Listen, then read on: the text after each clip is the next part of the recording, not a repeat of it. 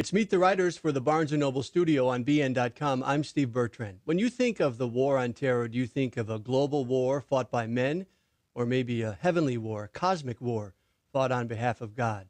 Reza Aslan has written the book, How to Win a Cosmic War, and he argues for the latter. Reza, welcome. Thanks for having me. Tell me about that. What is a cosmic war? A cosmic war is a religious war. It's a war in which participants believe they're acting out on Earth a battle that's actually taking place in heaven between the cosmic forces of good and evil, and that we human beings are nothing more than just sort of actors in a divine script written by God. So that it's inevitable? It's not just inevitable. It's a war that's sort of already been fought and won, in primordial time, that, the good always in the end triumphs over evil. So what we do on Earth is kind of irrelevant, but that also means that all ethical concerns are also irrelevant. After all, if it's, God that's shooting my gun, not me, then what does it matter, what human morality has to do with it? When you hear that description first, I think many of us in the United States would say, well, that's exactly what bin Laden is doing. It is exactly what he's doing. But you make it clear that in many ways that's what the U.S. is doing too. Unfortunately, Explain yes. that for me. I mean, the argument of the book is that Al-Qaeda and these various militant groups who associate with this global jihadist movement are fighting a cosmic war, that they're engaged in a war of the imagination.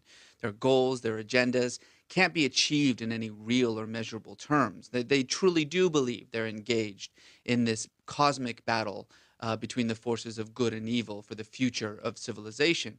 Well, unfortunately, the previous administration, by essentially adopting the exact same religiously polarizing language and the same cosmic worldview, also conceived of the war on terror precisely as a war between good and evil for the future of civilization, and in doing so, not just validated the viewpoint of the jihadists, but ensured that this becomes the kind of conflict that can never be won. The jihadists, we would argue, did it consciously. Did the Bush administration, the U.S., do it less consciously?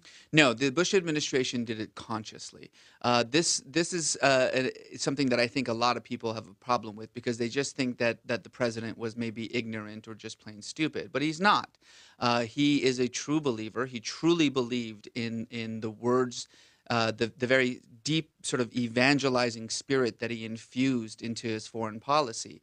But more importantly than that, the truth is that most Americans believe it as well. I mean, this is a very religious country. Almost 50% of the country defines itself as evangelical. There is a real sense from the very first days in which this country was founded that we are the new Israel, that we have been placed on earth to sort of set forth, the new covenant with God. And most Americans, who were already brimming with religious fury after September 11th anyway, just needed a leader to sort of give them a lens to kind of focus this apocalyptic vision of this conflict, and Bush provided that lens. I'm not sure if this applies, but you write about the difference of you were born in Iran, you were born an Iranian typically, or you were born a Frenchman, but you become an American. Yes. It's sort of a transformational position. Explain that for me. Yeah, one of the major themes of this book is this issue of identity, because frankly, the way that jihadism spreads, and particularly in Europe, that's where the real epicenter of this transnational global movement is that it seeks out, those who do not have an identity, who are searching for an alternative form of identity, and who, whether they're in the UK or France or Germany or whatever, don't have access to a firm national identity that they can call their own.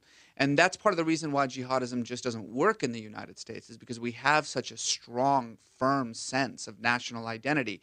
And what I was saying was, when I was in Iran, even as a child, I mean, you could dress American, you could talk American, you could act American, and everybody knew what that meant. That American was something that you could become, whereas Iranian was something that you just were. And I still think to this day that it's that sense of the, let's call it the American dream, that is the best antidote to these movements of extremism in the Muslim world. With that explanation, tell me the story of Hasib Hussein.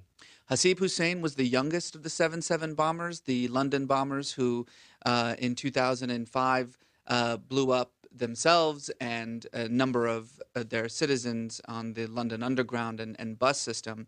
And when I use the story of Hasib Hussein to explain how does a young man become a jihadist? What is the process that this goes through? Especially if you think about jihadism as a social movement. And this was a young kid, 18 years old, who felt neither British nor Pakistani, who couldn't get any kind of the kind of spiritual engagement in his mosque that satisfied his politically active and social conscious need for spirituality, and who found that identity online, which is where jihadism really exists. You know, it's sort of in the virtual world.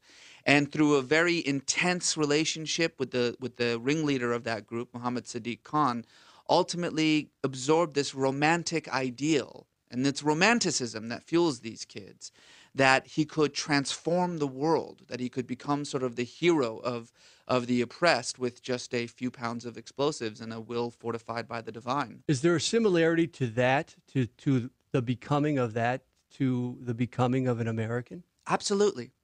It's this need for an identity that satisfies, you know, our needs in this global world, this sort of world without borders that we're now living in.